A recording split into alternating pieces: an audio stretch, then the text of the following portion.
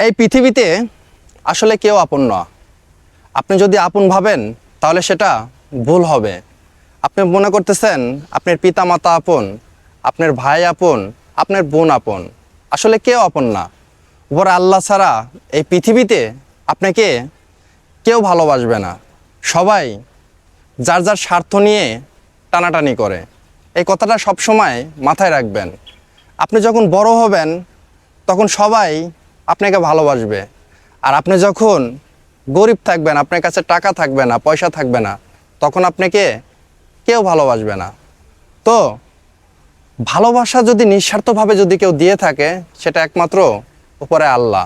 এই জিনিসটা আমাদের সবসময় মাথা রাখতে হবে।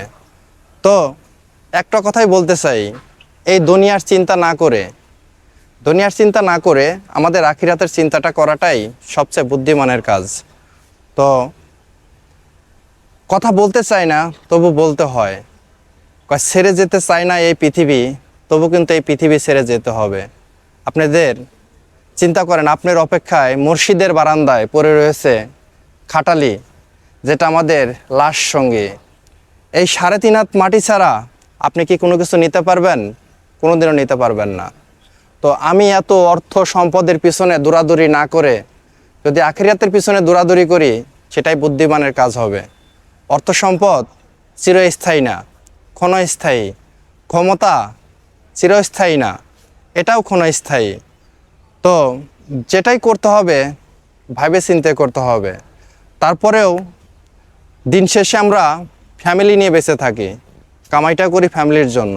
সো ফ্যামিলিকে সময় দিতে হবে, ভালোবাসতে হবে, তাদের আর্থিক সচ্ছলতা দেখতে হবে, পিতামাতাকে দেখতে হবে, ভাই ব্রাদারকে দেখতে হবে।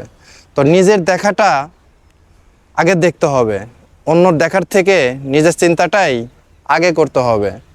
তো অনেক কিছুই বললাম, যদি বলার মধ্যে কোনো ভুল হয়ে থাকে তাহলে মাফ করে দেবেন।